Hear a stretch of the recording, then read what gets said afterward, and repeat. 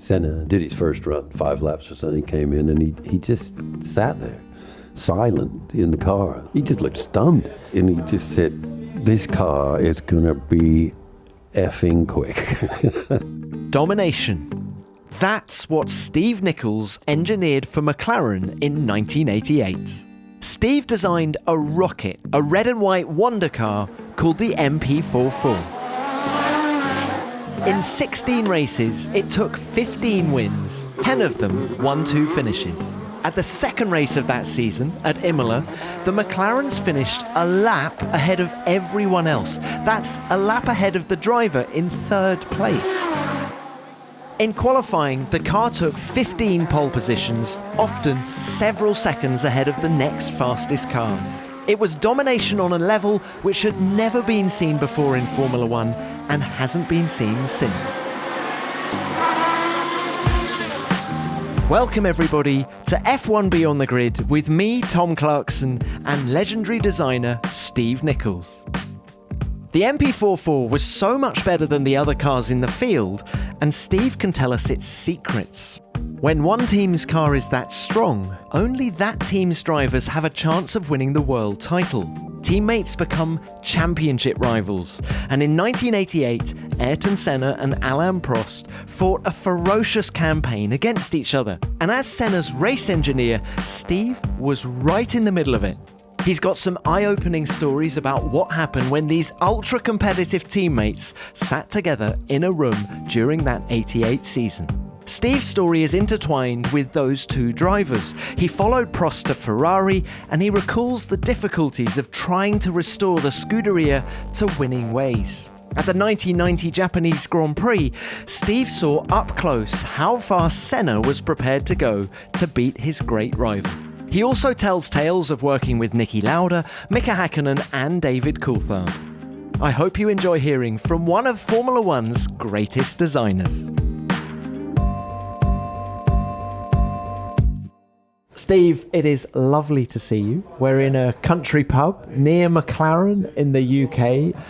Your old home, really, just down the road, isn't it? Yeah, not too far away at all. Both my home and McLaren are just a couple of minutes down the road, really. Now, you spent more than 2 decades at the forefront of Formula One, roughly 1980 to 2000, just generally speaking. Yeah. Which era was the most enjoyable for you? The most enjoyable for me was probably from, say, 1986 onward, which was when I became more in control of the design function. You know, John Barnard had gone off to Ferrari, and I became chief designer and sort of worked those last 4 years at McLaren, and then carried on to Ferrari, and came back and did another stint at McLaren, and you know, that was all exciting times. And I mean, if you take it, I suppose it doesn't get much better than, 1987, I spent designing the MP4, and then 1988 racing it and developing it and helping Ayrton Senna to win his first world championship. Was that 1988 season the highlight of your career? 15 out of 16 wins, or do you still get annoyed thinking, "Damn, I wish we had, got them all"? Well, yeah, I know it was quite a highlight, and to be that dominant and work with a very good car and with a very good team of people and 2 excellent drivers, you just couldn't sort of write a better script, I suppose. So yeah, it was inevitably a big highlight and a tremendous period of time.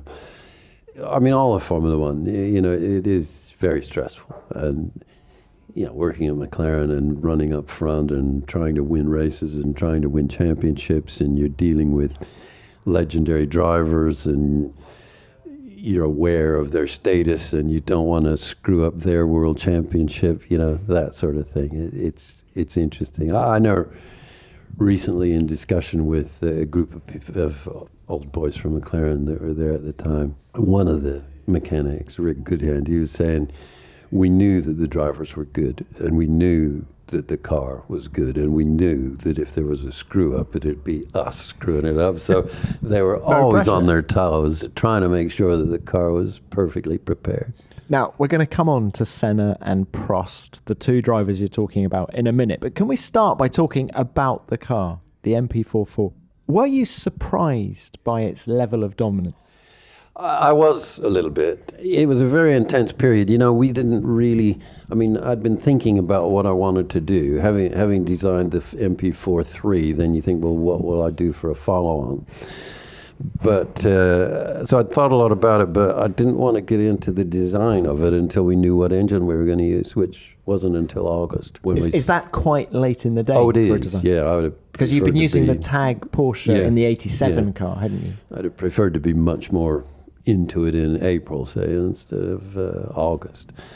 So it began a very intense period from August until we needed to arrive at Imola for that first test. So it was a lot of intense work, a lot of late nights, and I don't know, but I loved the pressure. You know, I seemed to thrive on the pressure. It made it feel like it was something important. It mattered to you. And how much better was the Honda turbo than the Tag Porsche turbo?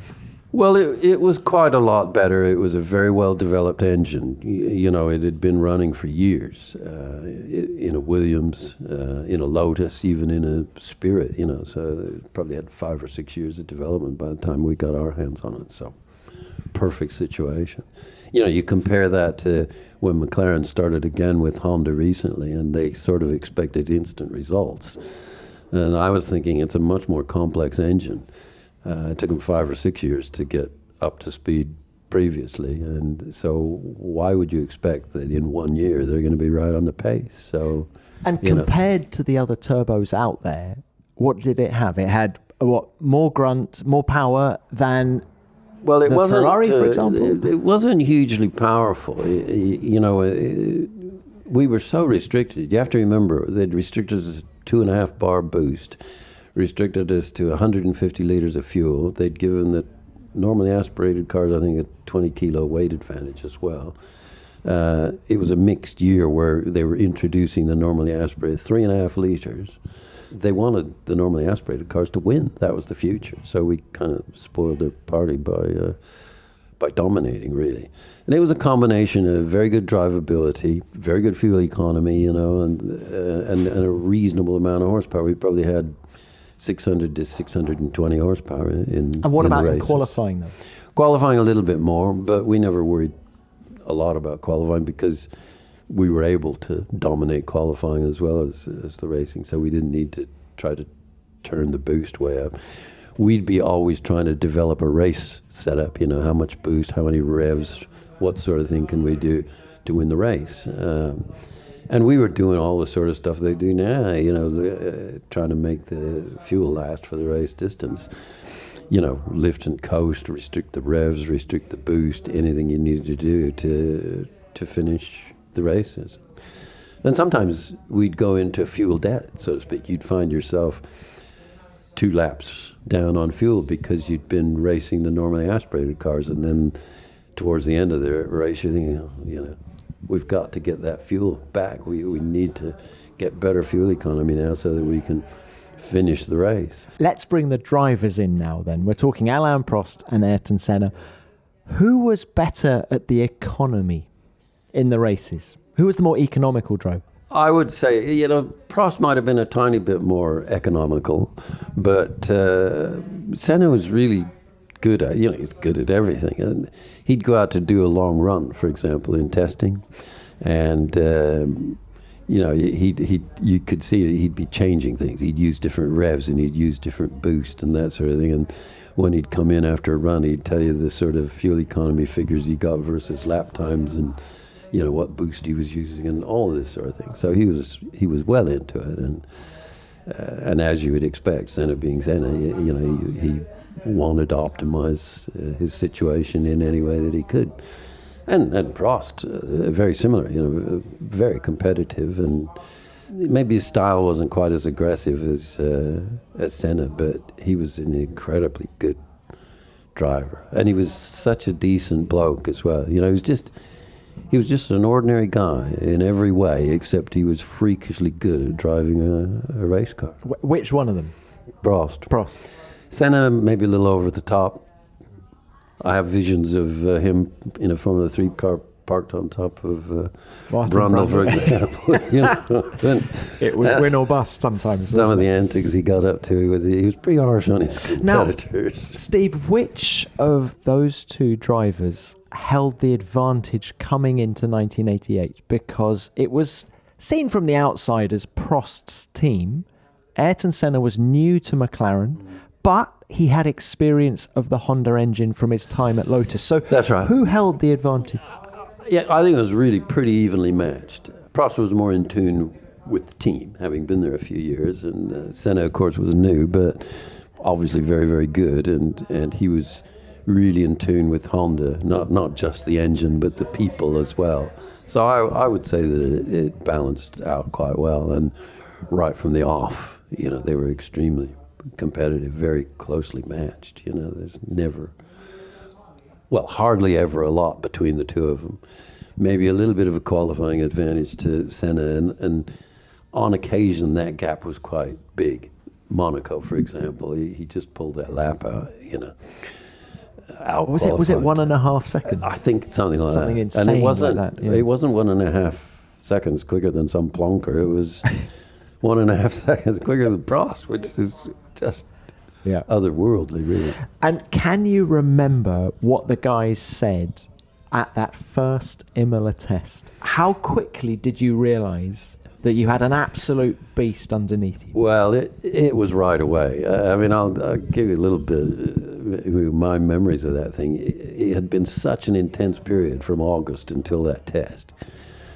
And I hadn't really had the time to sit down and think, is this car going to be any good or not? You know, and of course we were hoping for the best. But we arrived at Imola then late in the evening. The test followed the next day, and there was some bigwig from Honda there, very stern sort of guy. And we met in the lobby at 11 o'clock at night, and he said, so tomorrow we find out about this wonder car of yours. And I thought, what the hell are they expecting? You know, what sort of story has Ron been selling them? You know, so I started to worry then about what the next day was going to bring. So we start off the test, and we did the usual thing where they go out and do an installation lap. And as usual, who drove first? Prost did. You know, he was the established team member and all that. So he did the installation lap, and there was nothing wrong, and there never was. You know, the mechanics were always so good. I don't remember ever having a problem on the installation lap, but anyway. So then I said to him, maybe just do, you know, I was worried about mechanical problems or any one of 100 things that could happen. And so I said to him, maybe just go out and do 5 gentle laps, and we'll have another look. So we went out, did 5 gentle laps, came in, they had another look, nothing wrong, put some fuel in the car, and I just thought, well, this is it. I'm out of excuses. So I said, all right, have a go. So it was the old Imola where there was a fairly tight chicane at the head of the pit lane. And he came around the right-hand part of that chicane and just buried the throttle and disappeared out of sight off to the legendary Tamburello. And I had my heart in my throat a little bit, hoping that everything was going to be all right. And it was immediately fast, you know, and well balanced. And we made a few little minor changes, but it was just kind of what was his first comment to you when he came back into the pit? He said, yeah, you know, he's just said, yeah, it's good. A little bit of this, a little bit of that. Maybe we can make a little change. And we did 2 or 3 runs where we'd try to balance the wings a little bit, the usual stuff, balance the roll bars a little bit. We were playing around. One of the tuning features of the car turned out to be the length of the pull rod. And by changing the length of the pull rod, you would change a lot of things. You know, the ride height, the spring rate, the wheel rate, the amount of rising rate, how much bump rubber engagement. A lot of things would change with the push rod. Or the pull rod, sorry. And so we tuned a little bit, and we didn't have a lot of time. And lunchtime came, and we thought, well, we'll put Senna in the car now, and we'll let him do some longer runs. You just want to get some mileage on the car. I think we ended up doing 100 and something laps in the day. But I remember Senna, he was a bit more reactive, I guess, than than Prost. But he came in, did his first run, 5 laps or something, came in, and he just sat there, silent in the car. It seemed like a couple of minutes, but it was probably only 15 or 20 seconds, you know. And then he just looked stunned, you know, and he just said, "This car is going to be effing quick." That was his first comment. Yeah. Well, that was his first comment, you know. And I guess he could compare it directly to the Lotus, the previous year, yeah. Same engine. Yeah. Because, of course, actually, Steve, that's a good point. When we talk about the influence of Honda on the success of this car, the engine didn't look so sharp. In the Lotus of 1988, Senna outqualified Piquet by more than, 3 seconds at the San Marino Grand Prix? Same engine. And it's not just the same spec engines. They were the same engines. Honda operated a pool of engines. And, you know, an engine go back and get rebuilt and maybe go to Lotus the next time, you know. So, yeah, they were identical. One interesting example, Monaco, we handily outqualified Lotus as usual. Piquet, you know, he's no slouch. Piquet in the Lotus with a Honda engine should be pretty good. I think Lotus thought that we were getting special engines from... what they used to do with us is they'd run their engines on the dyno, obviously, and they'd give us the best performing engines for qualifying. You know, it might be 1 or 2 horsepower difference or something. And then for the race, they'd give us what they felt was going to be the most reliable engine, look better with blow-by or oil consumption or whatever. So they'd give us the most reliable, what they thought were the most reliable engines for the race. Us McLaren versus... Yeah. So Lotus Yeah. were maybe right in thinking that they were getting the second... Tiny differences. So Honda came to us after qualifying and said, "We'd like to put your qualifying engines in the Lotus for the race." And we just said, "They're your engines, do what you want." So they did that. Honda put our qualifying engines in the Lotus for the Monaco race. And of course, we won quite handily. So we weren't getting any significant, no significant engine advantage. But we did have an incredible car, an incredible group of people that had designed it and built it and were racing it. Mechanics, everybody was good. And of course, the drivers were supreme. This podcast is sponsored by BetterHelp. If there's one thing I know we all struggle with from time to time, it's stress. It can sneak up on you, and before you know it, you're at complete burnout. But it can be hard to recognize the signs that you're struggling when you're in the thick of it. We all shake off some of those physical symptoms like headaches, a lack of sleep, teeth grinding, or a change in diet as temporary and try and power through. But it soon catches up with you. One way I try to look after myself is through exercise, because that really helps me clear my head. But sometimes the best thing you can do if the stresses of life are weighing heavy on you is to talk through your problems. And that's where therapy can be a great help. BetterHelp is customized online therapy that offers video, phone, and even live chat sessions with your therapist, so you don't have to see anyone on camera if you don't want to. It's much more affordable than in-person therapy. Give it a try and see if online therapy can help lower your stress. Beyond the Grid listeners get 10% off their first month at betterhelp.com/grid. That's BetterHelp, BetterHelp.com/grid. Ayrton Senna wins for McLaren Honda from Alain Prost. McLaren with their Honda engines and the 2 finest racers in Grand Prix racing today, bearing in mind their equipment, have really driven the opposition into the ground.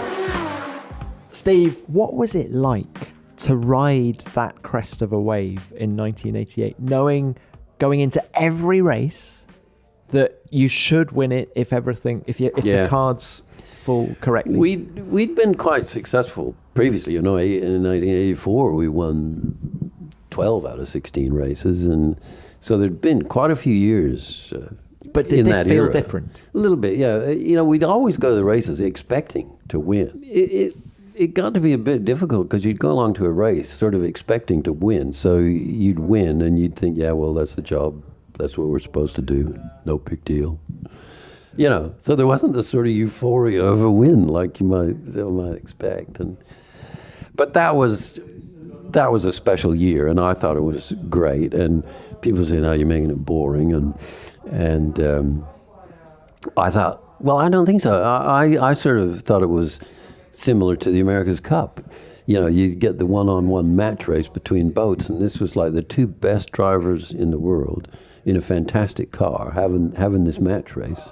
And it didn't really matter whether the rest of them showed up or not. They were going to have this fantastic match race. So I'm definitely in that camp. It's one of the most memorable seasons ever, isn't it? Let's talk about those two drivers. Where should we go first? Let's talk about Senna first, because you've already mentioned Monaco 88. He's leading the Grand Prix. He crashes at Portier. What were his greatest strengths as a racing driver? I think it's several things, of course. There were just his ultimate speed. You know, he was incredibly fast.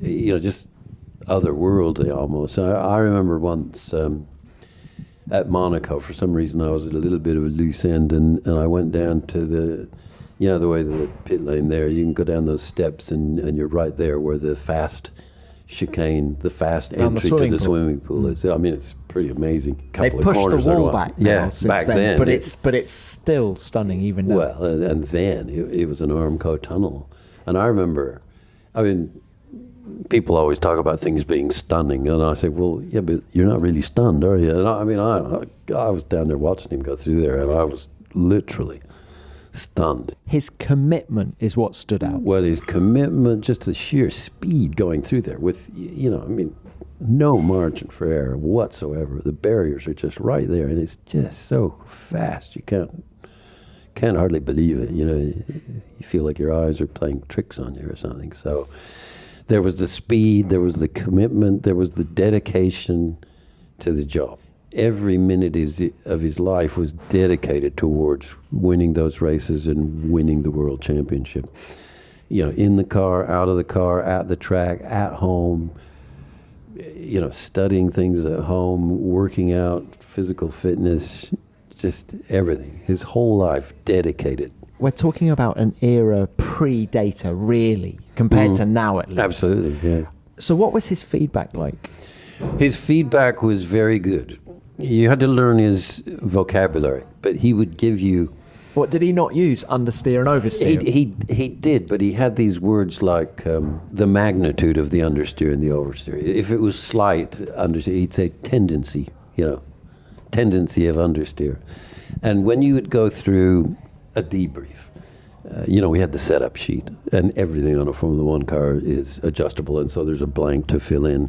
Caster, camber, kingpin, inclination, wing levels, damper settings, spring rates, roll bar, anti-roll bar, everything. And with some drivers, you could go into a debrief and you'd know, well, he's not going to change this, and this, and maybe you could fill out half of it beforehand. With Senna, you couldn't fill in a single box. He would want to go through every one of those parameters for every corner. And every corner he'd want to talk, what was it like on entry, what was it like on braking, what was it like mid-corner, what was it like exit, what was it like change of direction. Every corner, every parameter, and then you could fill it in. And you'd go through that. It might take a couple of hours to go through all of that. And in the end, maybe you had changed several things, and it'll help here and it'll hurt there, and what's the summary then, what's going to be best. And that'll be it. That'll be the end of the debrief. But sometimes you would go through all of that, and he wouldn't change a thing. But he would go through it all anyway, just to make sure that he was comfortable, that it was absolutely optimized, and there was nothing more that we could get out of the car. And a similar approach from Alain Prost? Or? Prost was maybe not quite that intense. And of course, I was Senna's race engineer, not Prost's race engineer. But he was also very good, and he would always try to optimize the car and get as much as he possibly could out of the car, make the car do as much work as possible. So it wouldn't be sort of, oh, well, that's good enough. I can carry it now, and it'll be all right for race day. He was always trying to get absolutely everything he could out of the car. And I mean, there's a classic example once at Spa, this was, where there was some sort of first lap incident, and he bumped wheels with somebody and bent the car fairly significantly. And he still drove the wheels off the thing, and he was so good to work with. Nothing was too much trouble. He would do anything he wanted to in testing and give it a good, you try something weird and wonderful, he'd be perfectly happy to go out and give it a good hard 5 laps, to make sure that he'd given it every chance to work, so just a great guy to work with. And Alain's nickname, the Professor. Yeah. Was he deserving of that nickname? Yeah, I think at least in part he was. It wasn't so much that he had a great, say, theoretical knowledge of vehicle dynamics or whatever. He relied on the engineer for that. But he was intelligent and he had very good memory. And this is pre-computers and data and all of that sort of thing. So, but I used to carry around these 2 big, those pilot sort of briefcases that they carry, 2 of those, full of every bit of paper that they'd ever generated. Every setup sheet, every lap time sheet, everything. Because from previous years at that restaurant, and previous to that year. So you get halfway through the year and he'd say, this corner, it's a bit like the 3rd corner in Brazil or something, And I think we used 975 front springs there, and that'd be pretty good here. And I'd go back, look it all up. Yeah. 975 front spring. And he was right. That sort of thing, that sort of memory. Yeah. And I think being in the car and having it right on the edge, it focuses the mind and it just burns all that stuff into your brain, So just incredible, his memory and how, Now, from the outside, the story that we were being fed certainly was that they became obsessed with each other. Is that a fair comment? I think that's quite fair. Senna, for example, used to say to me, look, we only have to worry about Prost. Yeah, the others aren't a problem. We just have to beat Prost. It's him and me, and that's it, So I guess that borders on obsession anyway. And was it more from Senna towards Prost rather than the other way around? Perhaps a little more, but some people perhaps misjudge Prost. He's very competitive, iron-willed. He's all there as a race car driver. And I think, I was Senna's man. I was his race engineer and all of that. But I used to work with Prost at tests and things like that. We had no problem with each other. Well, in fact, he asked me to go to Ferrari with him. And we'll come on to that. Yeah. So when it came to driving a race car and being competitive, he was hard as nails, really. And maybe not quite, as I said before, Senna could be a little over the top, the Brundle thing, or later the Ferrari McLaren crash, the famous 19... Which year are you talking about? Oh, 1990. 1990, turn 1. Prost was in the Ferrari, and so Senna could be a little over the top. And in fact, that incident, I'd sort of say, well, he kind of let himself down a bit, But, Suzuka 1990. But I'd say, he's a friend, and sometimes friends do things that you don't agree with, but they're still your friends. Now, you say Senna was a friend. What was he like away from the racetrack? Would you hang out? No, we didn't. We were we were on very good terms, but it was very professional, and we didn't go and hang out. I'd be at the circuit till 11, 12, 1 o'clock in the morning all the time. So there wasn't the opportunity, and he'd be back to Brazil quite a lot. But if he came to the factory, obviously not the MTC, it was pre-MTC, but would you go to the pub in the evening for a meal? No, not really. It'd all be in the factory, and so we'd have meetings, and he'd talk to the other people, people in the fab shop, machinists, and just talk to all the people, and to make his presence felt and make them feel part of it, and all that sort of thing. So yeah, we were on very friendly terms, but it was always, very professional and very little sort of what you'd call social activity, I suppose. And did you believe that it was always going to blow up, that relationship? They were intensely competitive, and they both wanted the same thing, and so it was going to be hard. They were never going to be friends, and it was always going to get more and more intense. And I think that's what happened. That was absolutely normal, I'd say. And yeah, this was a credit to all of the people at McLaren. it never divided the team. And in fact, even in their most intense periods, it never affected the team. The team never split into two camps. I think everybody, very few exceptions, everybody realized they work for McLaren, they don't work for the drivers. And so it was just never a problem. Even in their most intense periods, the team still effectively functioned normally. Steve, I'm looking at you in the eye and I'm saying, so you were race engineering Ayrton Senna. If Alain Prost won a race that year, did you get pleasure from that? Or was it a little bit, I'm talking about you saying, no driver's bigger than the team. Yeah, I'm competitive. I admit that. And what I wanted was our two drivers to finish 1-2 in every race. Yours P1. Senna P1, yeah. but yeah, I wanted us to be 1-2, but I much preferred my driver to be the number one guy. Now, it flared up. People talk about Imola, 1989, the deal about not overtaking, etc. But probably there was an inevitability that it was going to blow up. Whether it was going to happen there, it would have happened somewhere else. Was there more that the team and Ron Dennis in particular could have done to keep a lid on it?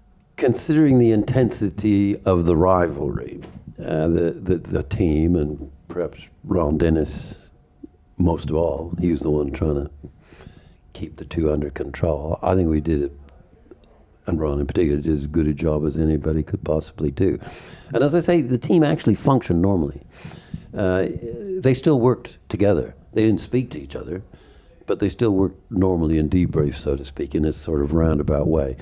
If Senna had a question, he wouldn't ask Prost. He'd ask me, and I'd ask his race engineer, and his race engineer would ask Prost, and then it'd come back around the other way. So they worked together, but they'd be this sat roundabout in the same room. In the same room, yeah. It's a bit like going through a divorce, and you can't talk to your wife. You have to talk to the lawyers, and pay the money and all of that. So that's kind of the way it worked. They had ultimate respect for each other. It would appear they hated each other's guts, but they actually worked together to develop the car, even though it was in this sort of roundabout fashion. Now, I'm very much hoping to get Ron Dennis on this podcast, but in case he doesn't come on anytime soon, did he have a favourite? Did you sense that he was more of a Senna man or more of a Prost man? There was probably a little bit of that. It happened kind of all the time. If you go back to Lauda and Prost coming, Lauda was really very distrustful of Ron, and he used to say to me, Prost, he's the new boy, he's quick, and that's the future, and Ron's going to favor him, And one of the things that a race engineer has to do, he's obviously got to do the technical part of the job, but he's got to keep his guy on song as much as he can. He's got to be a little bit of a nanny and help with the mental side and all that. And so I used to have to say to Lauda, just don't worry about that. Okay, Ron's spending more time with on Prost's car, but he's not contributing anything there technical. You've got me, you've got your three mechanics. The team's big enough and has a budget enough that we can supply both of you with anything. I'm going to make sure that you never get shortchanged. You are always going to have every opportunity for all the equipment. You don't need anything else. You've got your boys here. Just don't worry about it. Just drive the car, and we'll sort the rest of it out. And even the legendary Lauda sort of needed that sort of support in the face of his perceived Ron Dennis favoritism with Prost. So then you get this similar sort of thing happening. Senna comes along, the quick new boy, and now Prost's the old boy, and he's sort of feeling like Ron's paying too much attention to Senna, and so his race engineer has to give Prost those same assurances that you're not going to get shortchanged. And so it went. Ron did have a real soft spot, it seemed like, for Hakkinen, and Coulthard used to feel the same. Ron favors Hakkinen, and I used to say to him, David, don't worry about it. I know that Ron talks to Hakkinen on the radio and all of that, but you've got your boys, and you've got your race engineer. You've got Dave Ryan on the radio talking to you. He's got Prost, you've got Ryan. Ryan's more tuned into the team and the car and what's going on. You're better off, like you are. Don't worry about Ron. You got Dave Ryan, you got your guys, you've got equal opportunity. Just don't worry about any favorites. Fascinating, this whole side of the sport, and that all still applies today, doesn't it? I'm reminded of 2016, Nico Rosberg and Lewis Hamilton, and the battle, the intra-team battle that was going on at Mercedes. But now you mentioned 4 world champions there: Lauda, Senna, Prost, Hakkinen. Those 4, that little quartet, are they on a pedestal in your mind compared to all of the other drivers you work with? Well, a little bit, I suppose. I mean, God, when you think about it, what you've just said, you mentioned those names and you think, how many world championships? And I was so fortunate to be dealing with people like that. I mean, having said that, and they are probably a cut above, and some of the other drivers would probably agree, but Coulthard he's an extremely good driver and such a lovely guy as well. He is a lovely guy. I find him quite frustrating to talk to because now he sort of likes to somehow belittle his achievements as a driver. And I'm like, David, I was there. I saw these races. I was at the racetrack. You were much better than you're letting people... He is quite self-deprecating. Yes, he is, and I get frustrated by that. Because on his day... Coulthard was as quick as Hakkinen. And it's a pretty small difference, but it's kind of a consistent difference, I suppose. But Rosberg, another ace bloke. He's a real one-off, broke the mold sort of guy. And, once again, just a great guy to work with. Were Senna and Prost a cut above everybody else? I mean, I'm including Hakkinen and Lauda there. I would rate those 3, actually. I'd include Lauda in the bunch. I'd say the 3 of them pretty much equal. It's just that you'd say that when you're trying to compare different eras, they were close but still different. So Lauda peaked a little bit before Prost. Prost peaked a little bit before Senna. Hakkinen, he was kind of an enigma. Once again, just such a great guy, a real caring sort of person. In a way, he seemed kind of soft for a race car driver.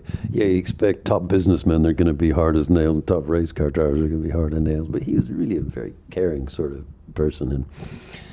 And I think his strong points were not so much the mental side, not the professor sort of thing like Prost, but just his sheer sort of athletic ability to drive the car, the hand-eye coordination or whatever, not as good, say, as those others with working with the engineers. The engineers had to provide more of the story, so to speak. But unbelievably good. I mean, with that sort of handicap of maybe not being so technically oriented, the results he got were just amazing. Mika was, of course, performing at least a decade later, really, wasn't he? And so we're now starting to talk about data that the engineers could work with. So perhaps Mika might have struggled a little bit more in an earlier era, but it was sort of made for the era he was in. Well, that's right. And so the driver was not so dependent.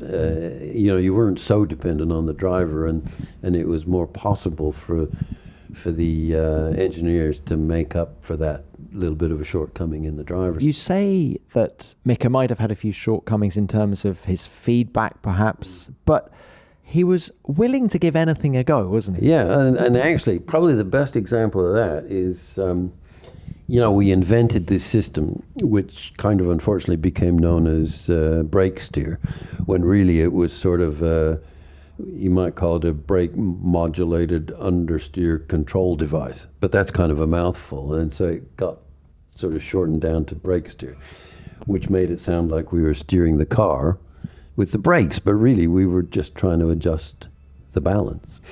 Now, those cars in that era, we're talking what, 1998? Yeah, about then, I think.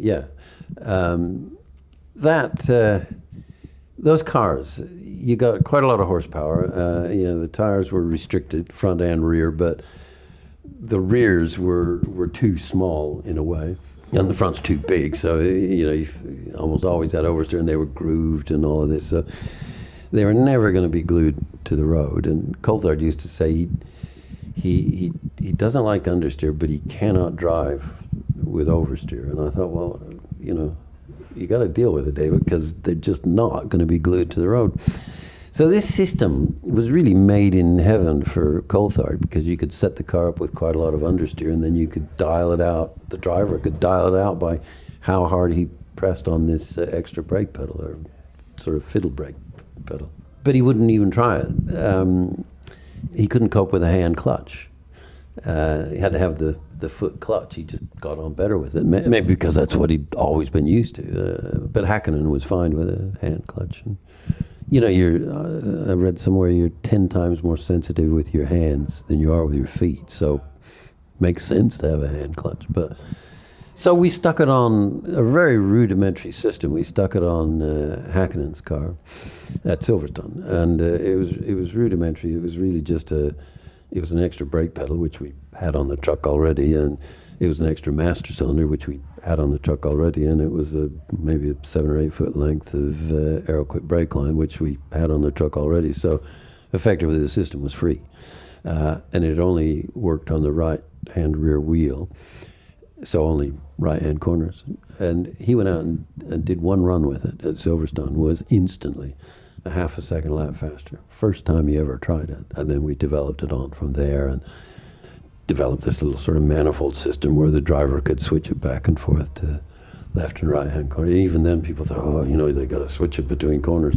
And I think of all the things that drivers change now on the steering wheel. They're worried about one switch, But it was such an advantage that they soon learned to cope with changing this left-right. Yeah, and Mick is so flexible that he's happy to have a go. And he was. I saw a video recently on the net where he was waxing lyrical about how fantastic it was. I never knew until recently, really, that he was that enamored with it. And of course, when he was much quicker than Coulthard got on board as well. But for him, we had to do it was more complicated, because you had to make room for a fourth pedal, because it's pretty cramped down there, I'd imagine. Yeah, it was pretty cramped. Yeah. There was no room for a dead pedal, so they had to use the fiddle brake pedal also as their sort of. I made it on purpose with quite a hard mechanical advantage, because I didn't want to barely tap it and instantly have a huge oversteer. So they had to push quite hard on it, and that was on purpose. And it meant they could sort of brace themselves on the fiddle brake, kind of like they used to do in Coulthard's case, kind of like he used to do with the dead pedal. Let's take off our engineering hats for a moment and swap it for our team principal shirt and headset. Because F1 Manager 2022 is a new, fully licensed management game putting you in the role of team principal at your favourite F1 team, ready to take on all the challenges of the 2022 season and beyond. Giving you the most authentic Formula One management experience, fully licensed and brought to you in broadcast quality presentation. Drive every decision as team principal.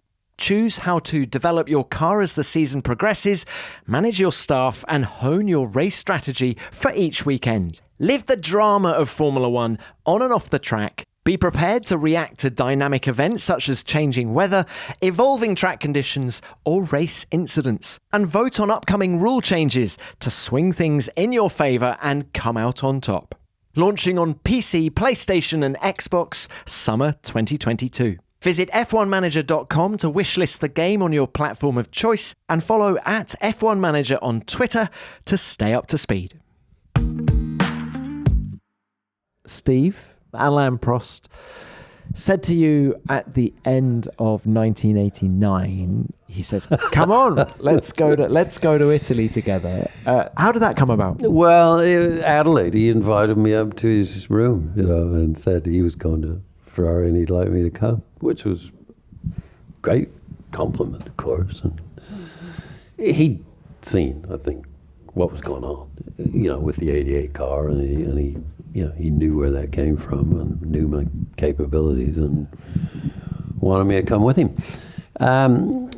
So a little background there. We had, Ron had come to me when there was this period, 87, that sort of period where the normally aspirated engines were coming, and Honda weren't going to have one available in time, so we had to do one more year with the turbo engine, and then it was going to be the normally aspirated car. So we were going to have to do the 4.4 and the 4.5, the turbo car and the normally aspirated car, and in fact we did a MP4 3B with the Honda engine in it, the turbo engine in the back of the 87. Yeah. Sorry, yeah.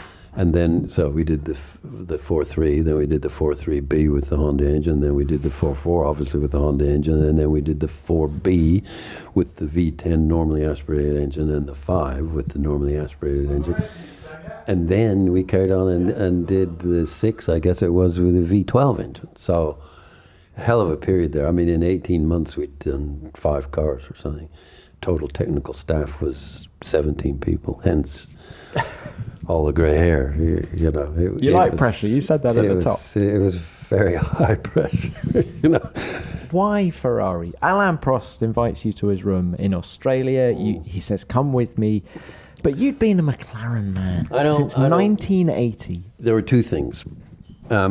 We'd done these 2 cars. Ron and I said initially to Ron, he asked me, "Which one do you want to do?" And I said, "Well, normally aspirated cars, the future. I'll do that." And a few days later, he came back to me and he said, "We've only got 6 months to do the turbo car, and Neil, he has only just joined us. I don't think he's integrated into it enough to do it in 6 months. He'll have 18 months to do the 4.5, so I'd like to do that." And me, being a team player and a McLaren man, I said, yeah, I can see the logic, so okay, I'll do that. So then, the 4.4 having been a great success, Ron wanted to carry that system on and do, I do every other car. I'll do the 4, the 6, the 8. Neil will do the 5, the 7, the 9, that sort of thing. And I said, Does that work, technically? No, I don't because think the so. lack of continuity. I don't think so. I mean, for example, I had a longitudinal gearbox and Neil did a transverse gearbox in the 4.5. So we're going to swap gearboxes all the time? And the other thing I said to Ron, I've just done for you the 4.4. We've got a fantastic design team. You were dead worried that John Barnard was buggering off to Ferrari and what are we going to do? And I said to you, we can do it. And we did it. And I said, so I want to apply I don't want to split it. I want to apply all the brain power to all the cars. And I've just done the 4.4 with my team of guys who are brilliant. And I think I've earned the right to be the one in charge. And he wouldn't agree to that. And the other thing that was kind of interesting, I mentioned 2 things. And the second one is obviously much more minor, but Gerard Ducarouge, the Lotus designer, he's a great guy. We used to talk a bit in the pit lane. He was so friendly and nice, even though my 4.4 was giving him a hell of a hard time. And he used to say to me, "Steve, don't let Ron get away with it. Make sure you get the money." But Ron wouldn't put me in charge of all the cars and he wouldn't pay the money. And so I said, sorry, I'm going to go with Prost or Ferrari. And was that an awkward conversation? Pretty awkward, yeah. Did he perceive you as a traitor? I think he did to a certain degree, and he even came around to my house, and we sat there in my lounge talking about it, and he was saying, don't go. And he said, have you signed anything? And I said, no, I haven't signed anything, but I've told him I'll come, and I cannot. My own moral attitude or whatever, I can't back out of that. I've told him I'm going to come, and so I will.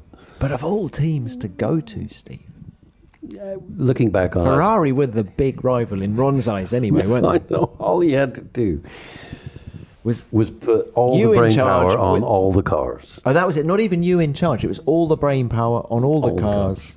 That's what I wanted. And it would have been nice to have a little more money. And he used to say, your rate card will increase. And so I can't pay more, it'll destroy the pay structure and all that. But your rate card's going to increase. And I said, yeah, my rate card will increase it and Ferrari will pay it, but you won't. So, that's what happened. That's the way it turned out. And I think he did think of it as a bit of a traitor thing, But all the time I was at Ferrari, I don't know, maybe once a month or something, I'd have a conversation with Martin Whitmarsh, and I'd come back once a month just to visit or whatever. And Martin. So did you keep a house in the UK? Yeah, I did.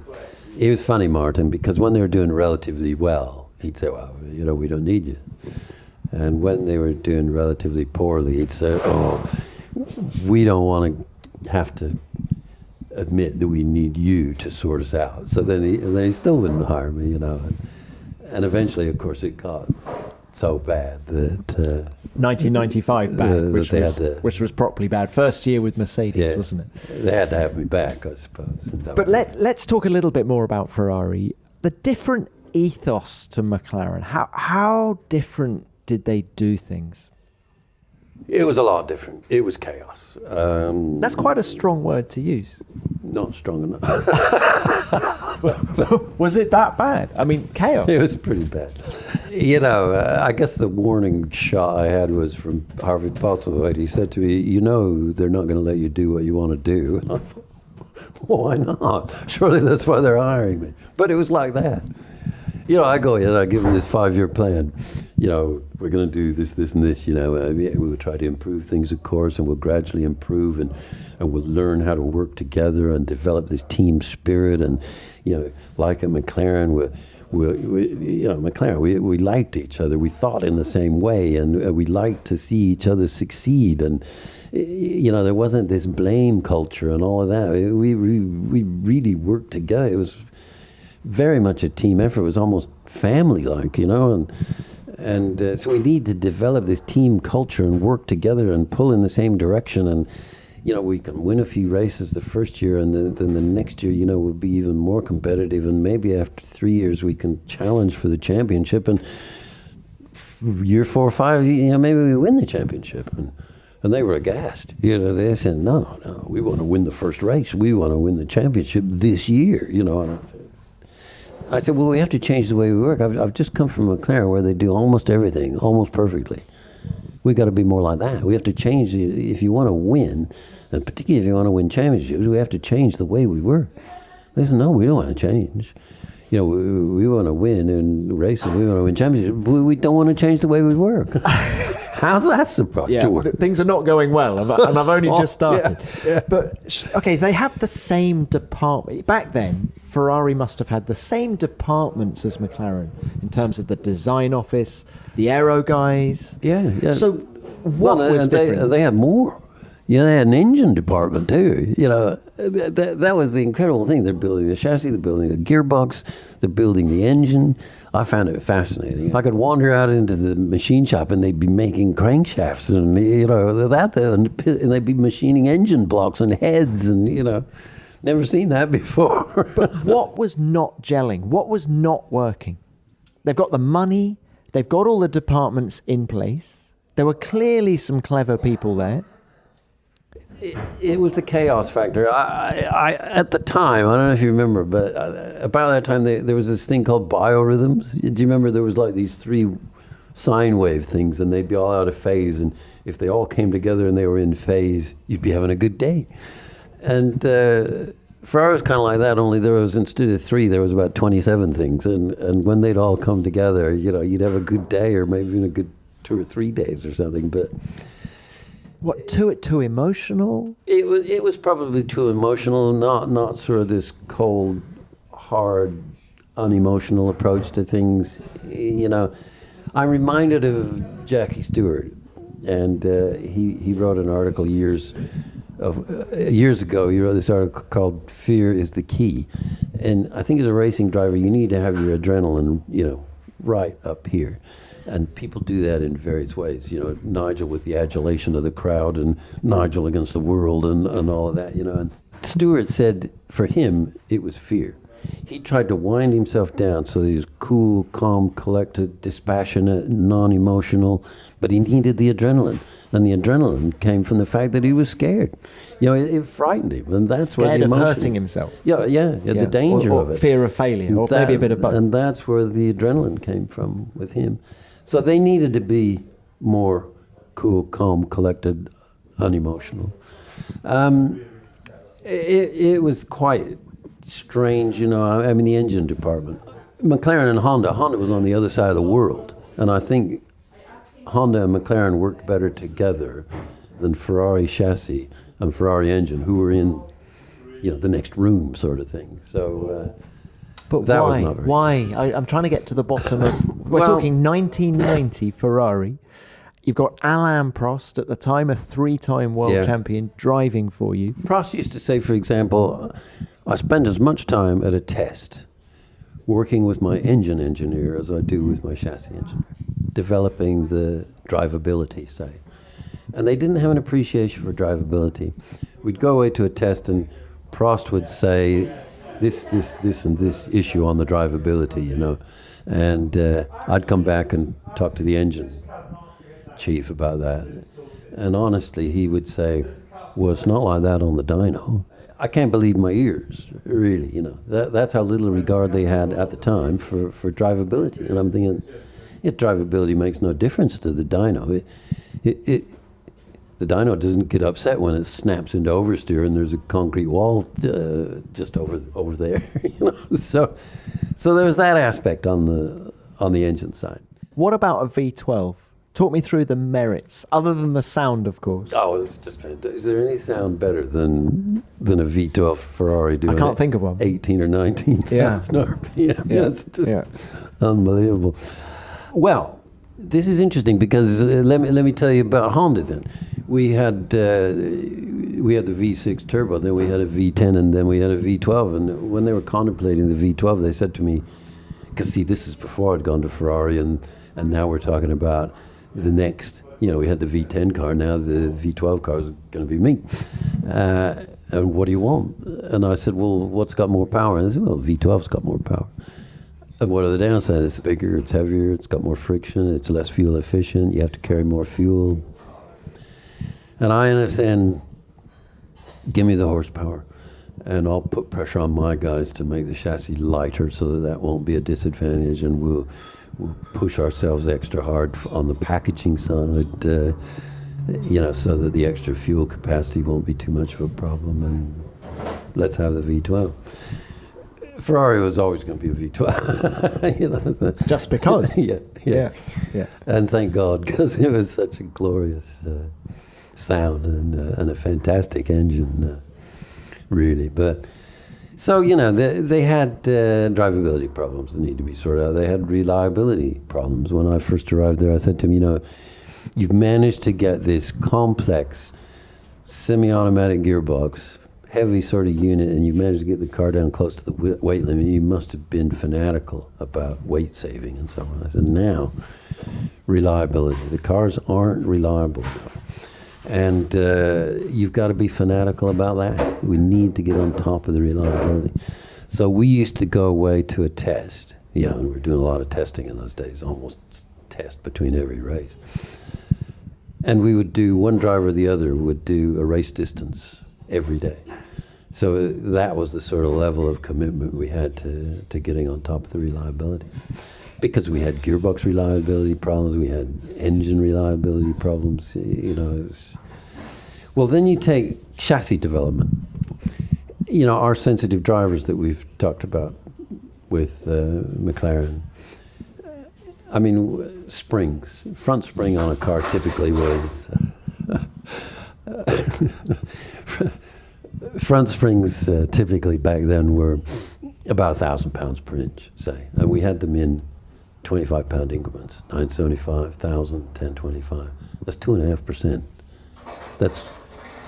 That's within the tolerance level of the springs. But guys like Prost and Senna could tell the difference. If you change the spring by 25 pounds in 1,000, 2.5%, they could tell the difference. So Ferrari, I said to them, we want to try stiffer front springs. And they said to me, we tried stiffer springs. And I said, when did you do that? And they said, a couple of years ago. Once again, I can't hardly believe my ears.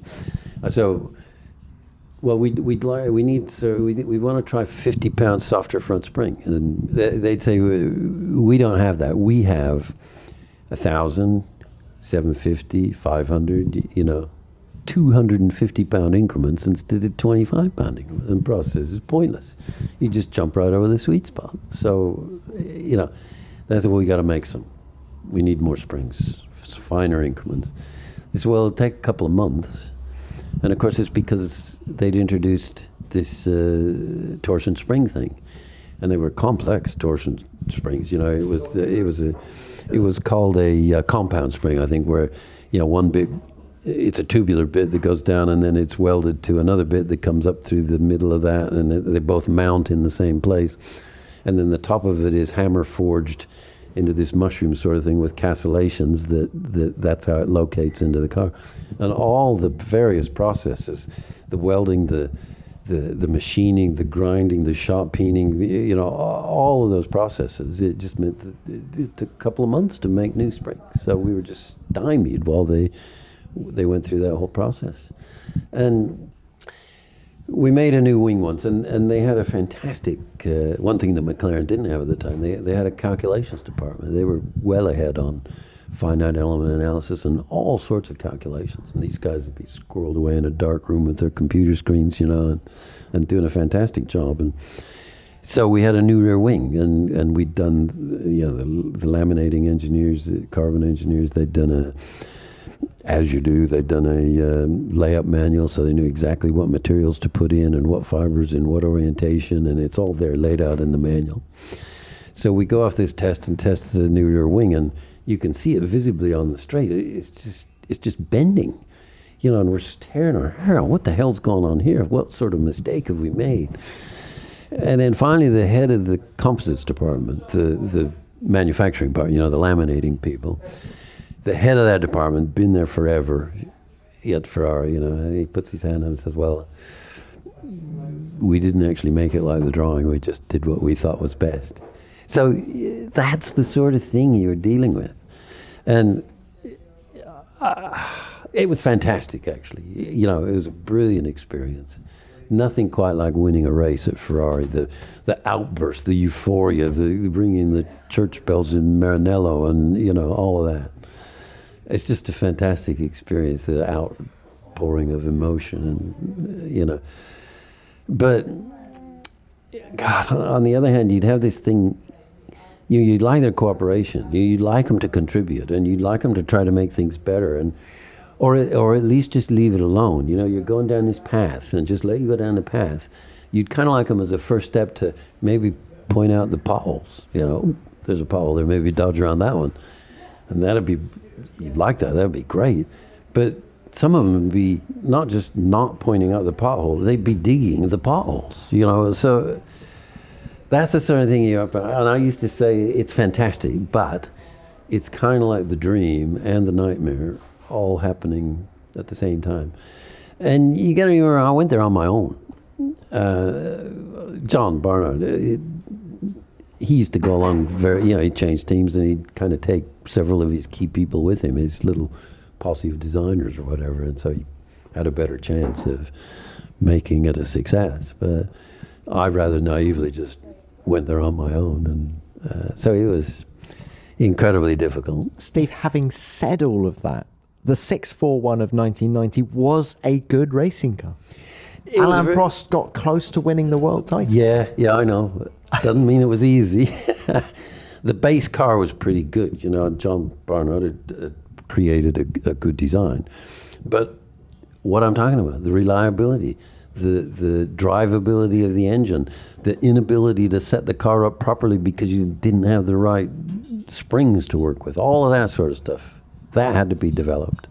And it was that development, the chassis setup, the engine setup, all the testing for reliability, it was all that sort of thing that made it begin to come together. We still had reliability problems, and I didn't really think we were going to win the world championship, but we were going to have a pretty good go at it, and it was going to be a close-fought thing, down to the wire, but I thought inevitably we're going to come up short, and maybe we'll be second, but it's a hell of a good first effort, and now we can build on that. If they can finally get their heads around the idea that you have to work logically and cool and calm and dispassionately and eliminate the emotion and all the histrionics. And I guess, is that what Jean Todt absolutely saw and absolutely Ross Brawn saw? And it was only when Ferrari would keep changing the people. They brought me in, they brought Prost in, and it didn't work, and so we'll change the people again. And what finally happened is, when you look at that, Todd comes and he establishes this firewall. There's the whole press thing. I'd arrive, we'd be on a flight to a race, and I'd arrive there and you'd see the senior managers arriving, and they got a stack of newspapers like this. They got to see what's being said about him in the press, and I just think, oh, for God's sake, just throw all that shit in the bin and ignore it, please, And I think that's what Todd did. He just isolated the team, particularly the design team. He took all the flack. He extinguished all the fire, and he just let them get on with the job. So you get Ross Brawn coming there with Rory Byrne, and they had some technical electronics wizard that came along as well, and Taz something. Yeah, that one. And all that made a big difference. They come with this group of people, Schumacher and that great, Brawn and Byrne and Zapsky and Todd. And he did exactly what I'd told him to do in the first place. Develop a plan, carry on through the years, gradually making progress. How many years was that whole crew that I just mentioned? Todd, Schumacher, Brawn, Byrne, Zapsky. It took them 4 years to win a world championship, didn't it? Yeah, they came close, but it did. They all got together in '96. Yeah. Brawn came a little bit later, didn't he? But still, it was until 2000. And they had, in the end, which I quite like, legendary reliability. Yes. You got to finish the races. Yeah. And it's speed's sexy, I suppose, and if you can gain another half a second and all that, it's fantastic. But if the thing breaks down on the track, it's the old adage. The reliability is kind of boring, but to finish first. First, you have to finish, isn't it? That's my friend's got a company, and he shortens that. He just says to finish first. I quite like. Yeah, I quite like that too. But anyway, so that gives you a little bit of the flavor of Ferrari and why it was difficult, and they just didn't have the patience to put in the hard yards for 4 or 5 years. It was all about tomorrow. Yeah. And what the headline in Gazzetta dello Sport was going to be. Yeah. I guess. That's owners. And ultimately, it was too much for Alain. And didn't he describe the 91 car as a tractor at some point? Or a truck or something. A truck or something. Which was bad. You've got to show due respect. There are few things in life more taxing than scouring online for credit card offers that fit your needs. There are so many companies out there that it can be hard to pin down which credit card might be right for you. But that's where Credit Karma can step in and do the hard work for you, so you can zero in on your choice at the click of a few buttons and apply with confidence. By using your credit profile, Credit Karma is able to show you offers that are tailored to your financial situation. They partner with a wide range of card issuers, so you can be sure you're exploring all the best options. They also show you your chances of approval before you apply, so you don't waste any time searching for unsuitable credit. And don't worry, comparing cards on Credit Karma is 100% free and won't affect your credit scores, which is great news for your financial profile in the long run. Credit Karma. Create your own karma. Ready to find the card for you? Head to Credit Karma and check out your personalized mix of offers today. Go to creditkarma.com or the Credit Karma app to find the card for you. That's creditkarma.com.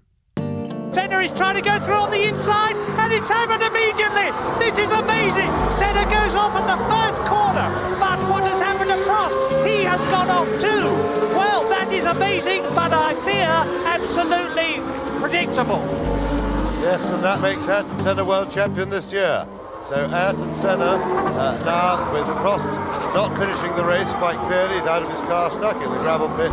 That, I'm afraid to say, is the end of this year's Drivers' World Championship in favour of Ayrton Senna. There's Prost running back, but it's all over for him. I've got two more questions about Ferrari. First of all, that collision at Suzuka 1990. Yeah. What did Prost say when he got back to the pit lane? Well, he just sort of shrugged his shoulders and sort of obviously pissed off, but kind of like, what do you expect? I guess it's inevitable, Senna being Senna. And he was so wound up the previous year when Prost turned in on him, and felt that he was robbed. Pole should have been on the other side, and I think he knew going in, if Prost ended up ahead of him, he was just going to take him out. And do you think Alain went into that race thinking, he thought, I've got to get ahead of him because I've got to finish ahead of him, but do you think he was wary of something like that happening? I think he probably was a little wary, but what are you going to do? He got a better start and he got ahead of him. Are you going to think, oh shit, what if he runs into the back of me? I better lift before the corner and let him go through, So then where are you going to pass him? You let him into the lead, and then after that, anytime you try to pass him, he's just going to crash into you. Do you think that was the most stressful season of Alain Prost's working life with you? Yeah, I think it was pretty stressful for him. For all the reasons I've just said. He was right at the sharp end of all that chaos. He's the one in the car trying to cope with all that. I was trying to cope with everything back at the factory as well, but trying to cope with all of that when you're the guy. You got all those, Jesus, I don't know, back then it was 800 or 900 people, and all that money, and it all comes down to 2 drivers in 2 cars on a race weekend, and it's got to be pretty intense, and obviously he'd had a lot of experience of dealing with that through his career, but I'm sure it was difficult and frustrating, and eventually that frustration came out with his truck comment. With the truck comment, before the end of the season, of course, he was removed, wasn't he, prior to the last race of 1991. Now look, 1992, I want to talk to you about twin floors. The F92A. Yeah. Seems like, was that a design that on paper was genius, but just never quite... Why did it not work in reality, I guess? There were a few reasons. Just a little bit about the history of how that happened. I wasn't an aerodynamicist, but I used to ask the aerodynamicists questions. One of the questions I asked him was, Barnard had done this car, the 639, 40, 41. That car had these tall, skinny radiator inlets. So I'd ask the aerodynamicist, so it's different than anybody else's car. Well, why? And they'd say, well, there's a couple of reasons. As the car goes faster and faster, eventually it can't process all of the air through the radiator, and you get this slow, the air kind of comes to a halt or slows down as it approaches the radiator inlet, and that slow air spills underneath the car, and that's bad. And also, the air is hotter down near the surface of the track, so if you make it skinnier at the bottom, you got less air going underneath the car, and less hot air going into the radiator, so that's why it's good. So I said, well, okay, so instead of tall and skinny like that, why don't we make the top a little wider and the bottom even narrower? Well, what do radiator inlets look like 20 or 30 years later? Kind of like that. So we did that, and things like that. I'd say they said, the top upper corner of the radiator inlet seems to be very sensitive. And I said, well, okay, stick some stuff in there, see what you can do, and they come up with this sort of spherical looking top of the radiator inlet, things like that. And I said, I remember one of the aerodynamicists saying to me, the front wing end plate, it's very sensitive, the upper forward corner of the end plate. And I said, well, explore that then, stick some stuff in there, maybe a little spoiler or a little flap or something, and then of course you see what developed subsequently with all the complexity of front wings. So there was quite a good interchange between the aerodynamicists and me, and trying to develop things. So twin floors. Taking this to extreme, the next thing I said was, well, what about if we raise the inlet up a little bit and then maybe make this little channel, and then carry that channel around, a little sculpted out bit that goes around the outside of the radiator and then back into the Coca-Cola. And so they did something like that. And then there was a draftsman named Lulia, and they loved to sketch cars and all that because they're so passionate about it. He'd drawn this sort of strange car that had a horizontal radiator up high, shoulder height almost, and ducting the air through the bottom and out the top. And I showed that to Mijo, who was the aerodynamicist at the time. I said, I know it's a bit radical, but what do you think of that? So then he took it the next step, and my little channel going out round the radiator, he raised the radiator up and opened, and the little channel became, all the way into the monocoque, so that you now had this twin floor thing. So there was probably 3 basic reasons why it was a problem. There was all this extra bodywork, which created extra weight. There were extra joints, which inevitably caused a little bit more drag. The center of gravity with radiators full of water up high is a bad thing. Later at McLaren, when they had a lot of computer power and I had them doing parametric studies, what does it do if you have more power, more drag, less drag, more downforce, less downforce? And one of them was, what happens when you raise and lower the center of gravity? And from that we learned that if you can lower the center of gravity by 10 millimeters, it was on average around an average drag, it was 0.3 of a second, just by lowering the center of gravity by 10 millimeters. So that raised the center of gravity, and most important of all, it was the active ride era. And Mijo was convinced that we were going to have perfect active ride, so he could ignore pitch sensitivity, because that'd be all taken care of with the active ride, and he could pursue L over D at the cost of pitch sensitivity. And I said, well, I think the active ride is going to be pretty good, but it's not going to be perfect, and so we can make the car a little more knife edge. We can narrow the envelope of setup compatibility, aero setup to mechanical setup, but we can't ignore pitch sensitivity altogether.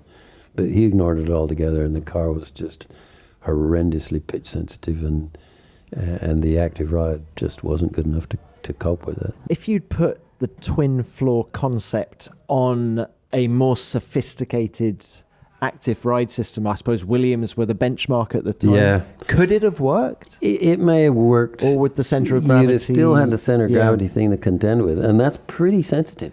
10 millimeters for 0.3 of a second. Yeah. So maybe you'd have had to have done the work. We had a little argument at McLaren. Henri Durand was the aerodynamicist at the time. He wanted to do a high nose, which was very popular at the time. We're talking mid-90s now, aren't we? Yeah, I'm back at McLaren, 95, 6 sort of era.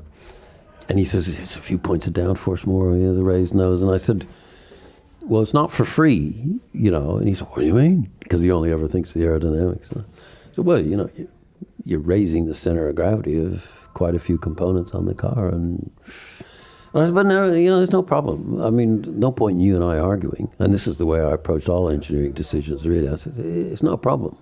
We've got the computer power. We've got the circuit simulation program. We'll just run the numbers. We'll try it high and low and see what the aero effect is and see what the center of gravity effect is. And the numbers, we won't argue. We'll just let the numbers tell us what the answer is. So we did that. And the answer was a low nose was better. So he conceded, said, yeah, okay, fair enough. He's a technical person. We'll go with the low nose. Then. Steve, it is so fascinating talking to you. We could literally do it all day. But of course, you leave Ferrari. I guess when you have a difficult car like the F92A and all of the headlines that come with it, it becomes an untenable situation. Well, it became a problem. And we had inherited Jean-Claude Mijo. I don't think he necessarily agreed with my assessment of why the car was bad, and they it was problematic, and I felt like I was starting to become a little bit more marginalized, and they were talking more to Mijo. He was the latest guy they'd hired, and you buy a new dog, you gotta let him bark, I suppose.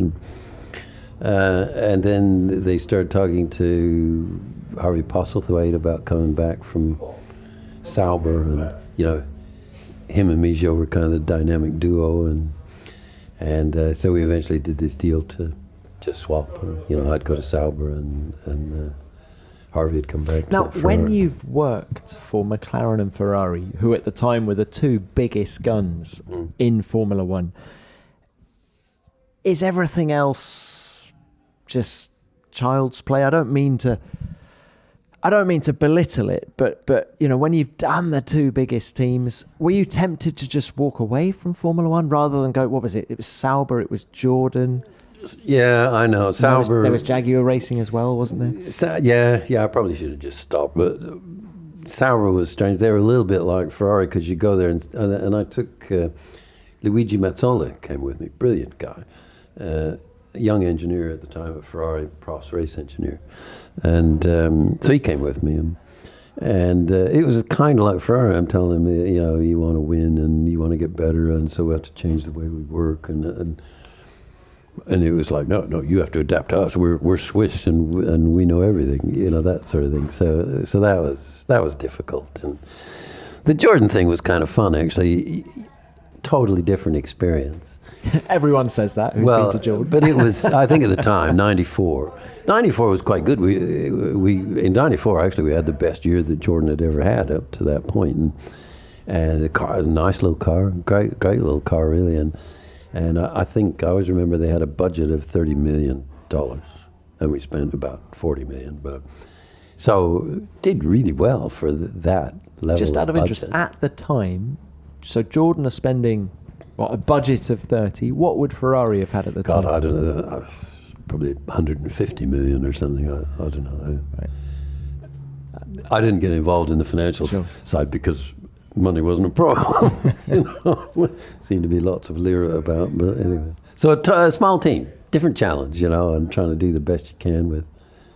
It was difficult, you know. I mean, you got to remember back in those days, there was only points 1 through 6, and you kind of had, there was 3 major teams back then, and if they all 3 finished, you know, that was the first 6, and if you could finish 7th, you were doing very good. If you lucked into a point once in a while, you know, it was a big deal. So I thought it was quite good when they expanded it down to 10 places, because it took some of the total domination of the points away from the big 3 teams and meant that some of the lesser lights could at least score a few points and sort out the pecking order from 6th through 10th, you know, or 7th through 10th, I guess that'd be. So Jordan was a happy time.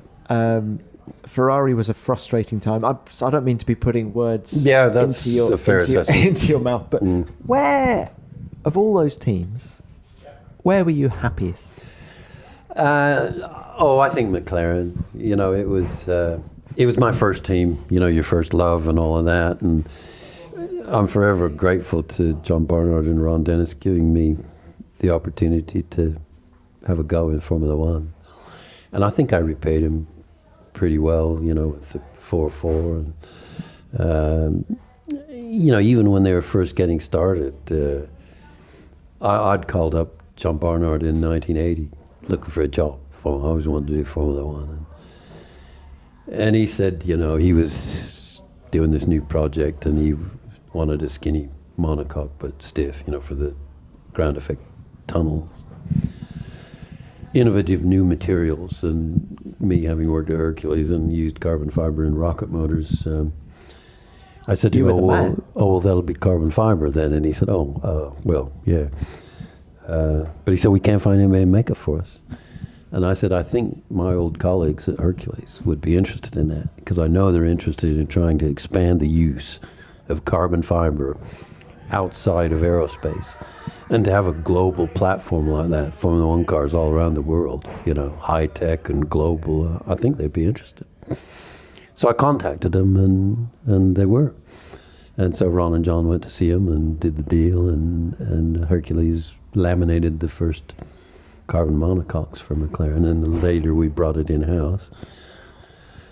But Hercules continued to supply us with all the materials, you know, the resins and the fibers. And so that was a pretty good thing. That's another pretty good thing I did for McLaren. So finding them a manufacturer for their monocoques, taking over for Barnard when he left, and doing first the 4.3, which was, well, it only finished second in the World Championship, well below McLaren's normal standard at the time, I suppose. But it was good. Williams won that 87 championship. Yeah. But with the Honda engine. Oh, we better have one of them. But it was good enough.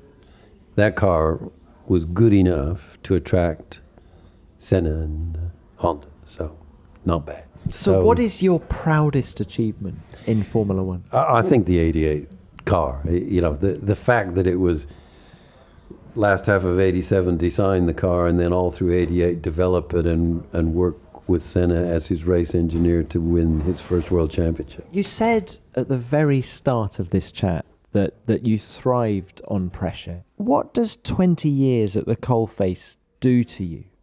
How exhausting was Formula One? Did you get to 2001 where you were with Jaguar, and did you get to that point in your career and say, is burnout something that we should be talking about? I didn't think I never felt like that.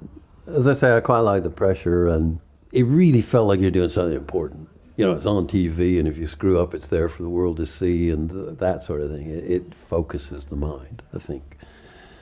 In the pit lane as a race engineer, I used to say, you know, I'm a little bit afraid of heights, but I can't resist this temptation to sort of look over the edge and your heart beats a little faster, you know. And I used to think the pit lane was like that. It's like walking along the edge of the cliff and not falling off, but knowing that the risk is there that you could screw it up. And do you miss, even now, 20 years since you walked away from Formula One, do you miss the adrenaline rush? How hard is it to get it out of your system? Yeah, it's in there still, you know. It's like a virus. It's hard to kick, I suppose. And of course, Steve, you're a racer. Or used to be. Are you still doing it now in your 70s? No. I started racing karts when I was 13. And that's kind of what got me interested in Formula One in the first place, because the karts were little road courses. And of course, that was Formula One. And so I started that in my first season was 61.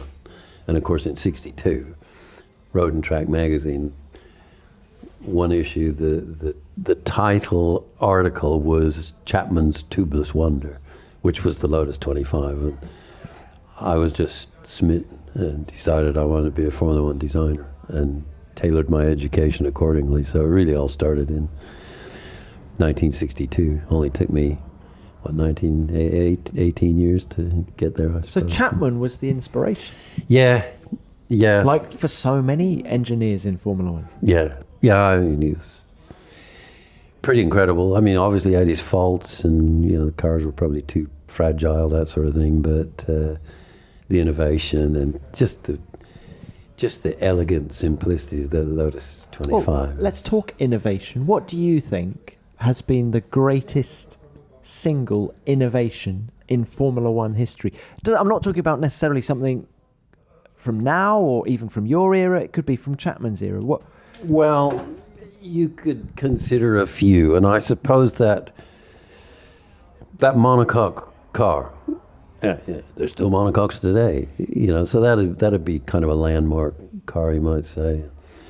You know, a lot of these cars are Lotuses, I suppose, but the Lotus 49 with the stressed engine, and, you know, that's kind of a landmark, and the 78 and the 79 with ground effects. They're all Lotuses, you know, but anyway. Chapman. But yeah, so that's kind of a landmark thing. Renault and their turbo engine, that's kind of a landmark thing. And McLaren, first flat bottom cars with the Coca-Cola, you know, still using Coca-Colas today. That's kind of a landmark car. And now, the current engines, it's a shame to see them go, and I suppose they're too expensive and all of that, but Jesus, these engines, they're just, or powertrains, I guess you have to call them. They're just incredible, you know, thermal efficiency approaching 50%, and just marvels of engineering. And I really take my hat off to those engine engineers that have come up with such a phenomenal design package, you know. Yeah, they really are just incredible. You know, the rest of the car, I mean, I don't know, they're too big and too wide and too long and too heavy, but I suppose to incorporate all that engine magnificence, drivetrain magnificence, it requires a bit of extra weight. Steve, it has been an absolute joy speaking to you. Thank you very much for your time. It's lovely to come to your neck of the woods, here in Woking. I'm interested that since you stopped Formula One, you came back to live near McLaren? Well, so, yeah, you actually never left? I'd sort of established my life here, I guess. You know where to buy your groceries and get your haircut and that sort of thing. But you mentioned, I'm a racer. I raced Formula Fords in America. I came here and raced Formula Ford 2000.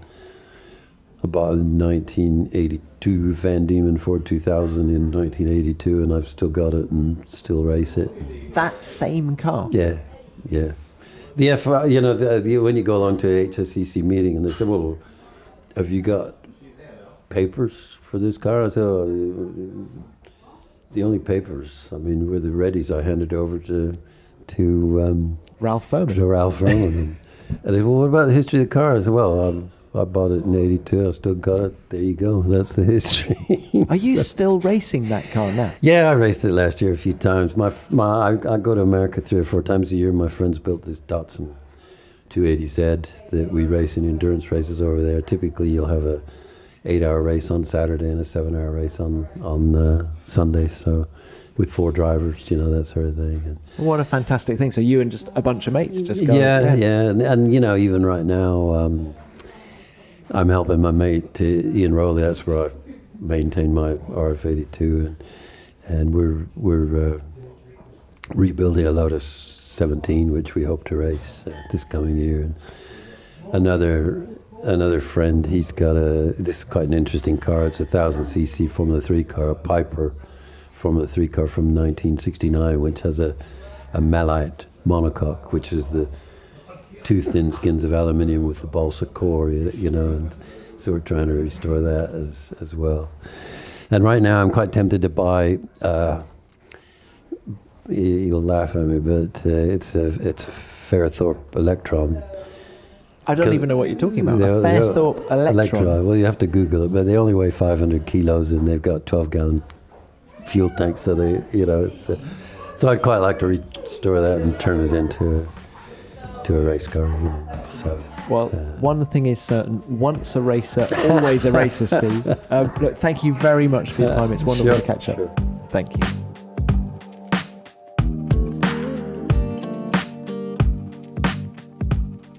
I could listen to Steve for hours, especially when he's discussing that memorable 1988 season. The MP4, the drivers, even the pre-season testing at Imola. Everything about that year leaves me on tenterhooks. It was wonderful to have you on the show, Steve. Many thanks for your time. And in our back catalogue, you can hear from others caught up in the Senna-Prost rivalry, including Alain Prost himself and Julian Jacobi, the man who managed both drivers at the same time. And please remember to send in any thoughts or stories that you have on Steve. Did you go to a race in that special 1988 season? Maybe Monaco? Were you a Senna or a Prost fan? Let me know. Which brings me on to what you sent in after last week's episode with Kevin Magnussen. He's a hugely popular driver, is K-Mag. And let's start with this from Rahul Arora. Just amazing. Kevin's comeback reminds us that taking a sabbatical can fill us with fresh motivation and can also provide us with a new perspective. Glad to see him start a new chapter, both in his personal and his professional life. All the very best. Well, perspective is so important, isn't it, Rahul? And Kevin has that now. I'm convinced he's a better racing driver for it too. Thank you for getting in touch. And what about this from Vegetable Tears? Fantastic interview with K-Mag. He must be the first driver I've heard talk about being part of the team and actually believe it. A year off seems to have done K-Mag a world of good, although I'm sure he's been a dude. Well, thanks for that, Vegetable Tears. Yes, Kevin has always been a dude, and there is no I in team, is there?